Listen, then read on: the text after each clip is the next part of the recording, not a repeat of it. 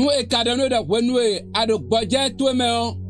ma uso wenwe lobre du leji to son na o atun wenwe saba zan wa yo fon sikuno de janwe wenwe gboje zan wa yo mawu esa nu sa wanda gbenole tielu wanda gbenole lobo jan lenu gbezan tuwe kwa bodo wada santa wenu mi mendewe bana hode ba ma favana se de gbetwe mina hando Marc chapitre 16 verset 1 oui ulando gbezan jifula ton wayo Mali Magidalanu bodo Mali jakisi non po bodo Salome po honu sau wanda gbeno bona isanu Jesus si tio ayin gbeto janwe ana wazo aka wazo gudo ana gboje no ayin mede ba no wazo janwe tunelo dandame ogwono na mina gboje janwe aka mede ba ma no wazo de a ndon mede zande dion ana mo wazo lobona wa mawu ni golo nwe lobana chakanwe ha gbeto no wazo dagbele wenwe awa ekpe gbeto nyanyale o anayin gbeto de ba na wande a ando fine kpon munando nukpon akpon we ana wande a nwe eduwa wa no so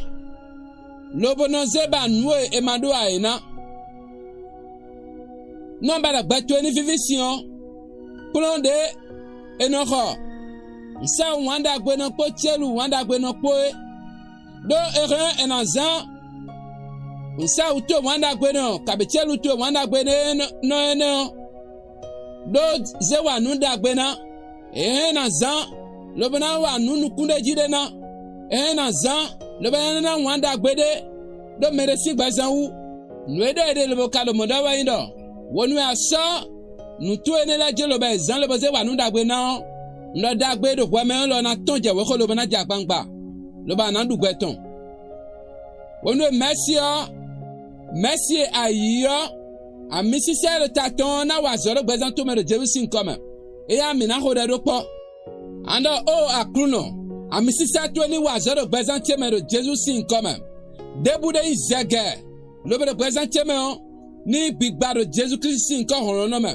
debu de yan gba pipin lo be ti gbezan te ji o eya ni frikwe de Jesus in come ami ana kruno Jesus Christ ami de tanano ena blebon lebi na bokunu gbezanto de Jesus in come ami do ami sisa do jiton uto gbezanto ena gbezane lo bona yon bo nda gbe na ton sime de Jesus Christ in come ami